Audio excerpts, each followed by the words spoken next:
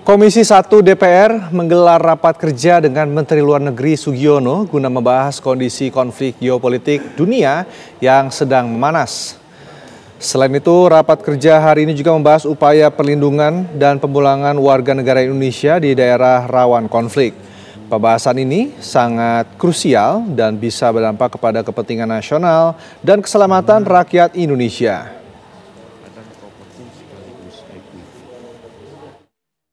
Tengah saat ini berada di titik krisis dan sekali lagi kita tidak menutup mata.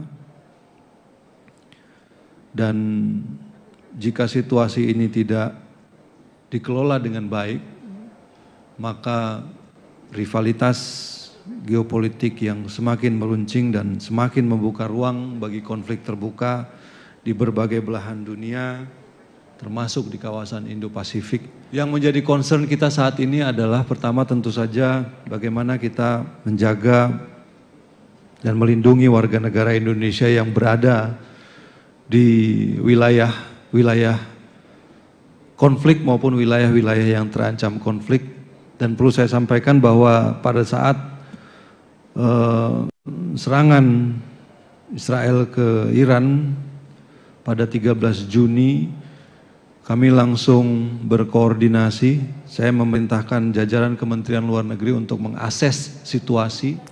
Informasi terkini dari rapat kerja Komisi 1 DPR dengan Menteri Luar Negeri Sugiono akan disampaikan oleh rekan Putri Lestari langsung dari gedung DPR RI. Selamat siang Putri, apa saja yang menjadi pembahasan hingga saat ini?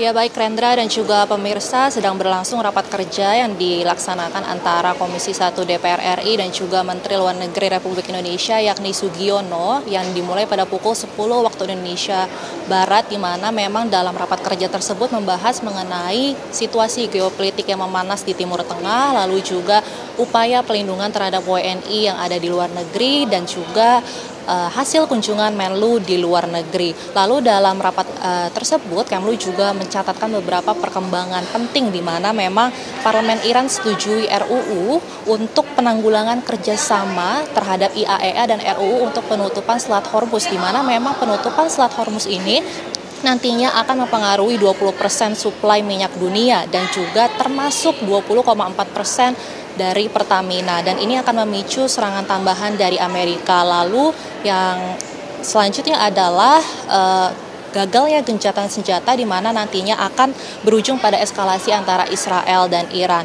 Lalu dari Menlu sendiri juga memprioritaskan keamanan dan juga keamanan dari WNI yang berada di luar negeri imbas dari perang dari Israel dan juga Iran, di mana memang contohnya dimulai dari peningkatan kesiagaan daruratan di Iran, di mana tadinya dari siaga 2 menjadi siaga 1. Lalu juga dalam rapat kerja tersebut disebutkan beberapa WNI yang tinggal di luar negeri, seperti dari KBRI Tehran menyebutkan ada 386 WNI yang ada di Republik Islam Iran, dan per tanggal 30 Juni sudah ada 97 WNI yang dipulangkan, di mana 93-nya adalah warga negara Indonesia, 1 istri WNA dari warga negara Indonesia, dan 3 staf dari KBRI Tehran. Mereka menggunakan jalur darat dari Kuba, maksud kami Tehran, dari Baku melewati perbatasan Iran ke Azerbaijan dan juga nantinya dari Baku menuju Jakarta menggunakan pesawat.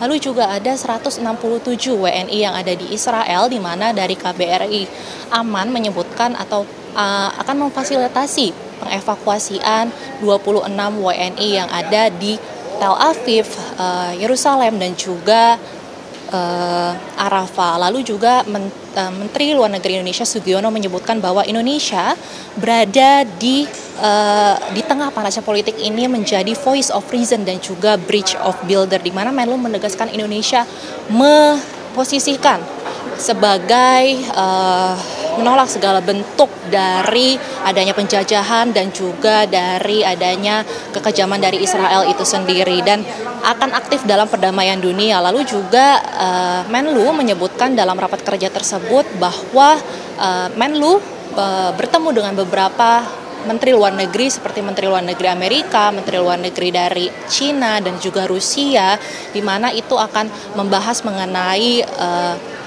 kerjasama bilateral. Lalu juga yang terakhir, Indonesia berkomitmen untuk mendukung sistem multilateralisme di mana BRICS disebut sebagai pelopor, dan juga Indonesia akan berkomitmen untuk masuk ke dalam New Development atau Bank NDB. Sekian dari saya, kembali ke Rendra. Baik, terima kasih Putri Lestari, informasinya langsung dari gedung DPR RI.